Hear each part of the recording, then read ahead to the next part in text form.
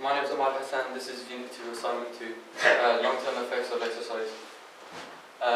Throughout this presentation, we'll be talking about how long-term effects include muscle hypertrophy, increased bone calcium, increased muscle strength, and much more. The first one is muscle hypertrophy. This is when lifting weights regularly causes muscle fibers to increase in size. This is when the continuous weightlifting causes tears in the muscles, and this means that the muscles can repair and grow bigger. The increase in muscle size results in being stronger as well as their size. An example is Mark Felix. He would have muscle. Compared to a marathon runner, he would be much bigger in size and stronger. The muscles also become more efficient, and there will be more mitochondria in. The more mitochondria there are, the more energy there will be available for the individual. Muscle strength is another one.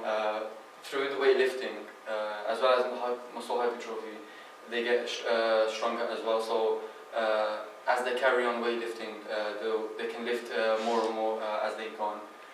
The heavier the weight lifted, the more tears in the muscles, which results in the muscle getting bigger as they repair. Myoglobin stores is another one. This is where oxygen is stored and increases within long-term exercise. It's a result of long-term exercise. And as more oxygen can be stored, this means more energy can be supplied to the muscles during exercise. And this is good because throughout exercising, there will be a high demand of oxygen from the muscles. Muscle tendons. There are bands of fibrous tissues that join the muscles to the bones, and throughout long-term exercise, the flexibility and strength of the muscle tendons increases.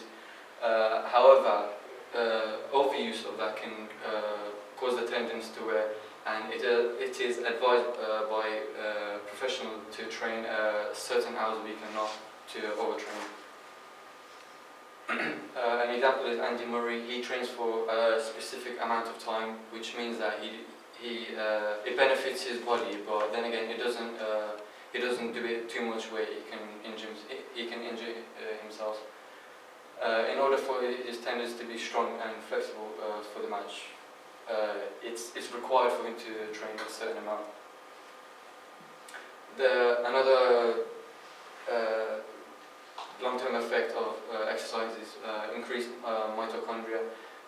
This produces ATP, which is an energy system, and the amount of mitochondria increases as the body requires more energy as they exercise.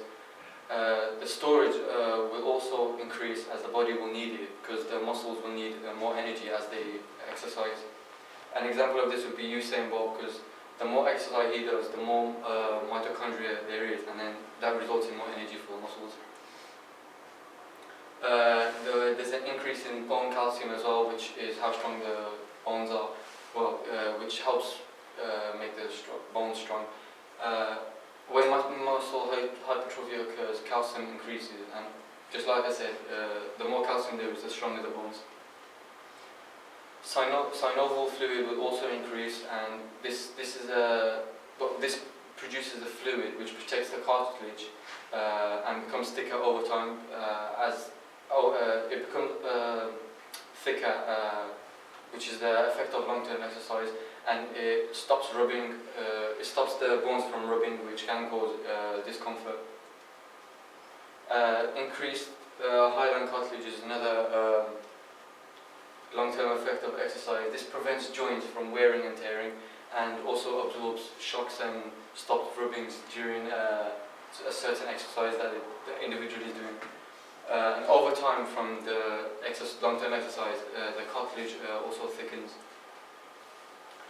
Increased ligament strength is another long-term effect. This joins bone from a bone to another bone, and during muscle hypertrophy, the ligaments strengthen. So this means there's less chance of injury in the future.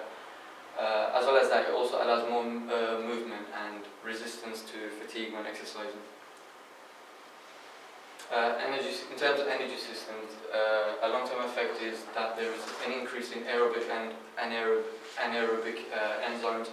The enzymes creates the energy, so this means more energy can be used in long-term exercise.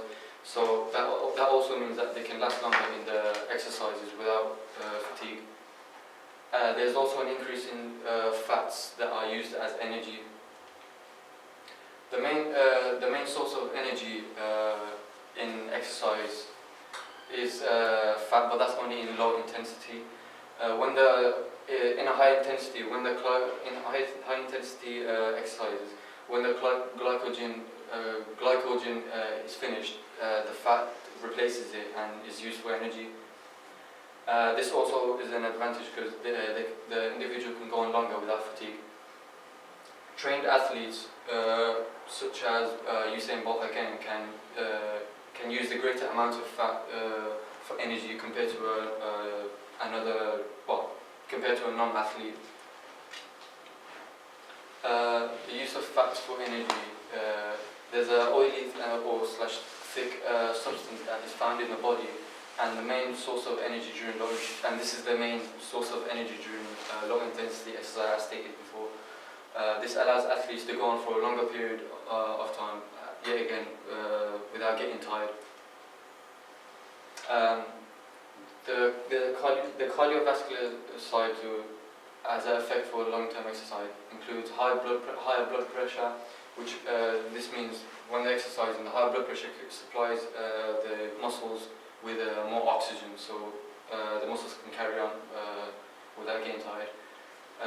In the heart, the left ventricle gets thicker, and this results in less beats per minute, because when the left ventricle gets thicker, it means that more blood can be pumped around the body per pump, which again means there's more oxygen being supplied to the muscles.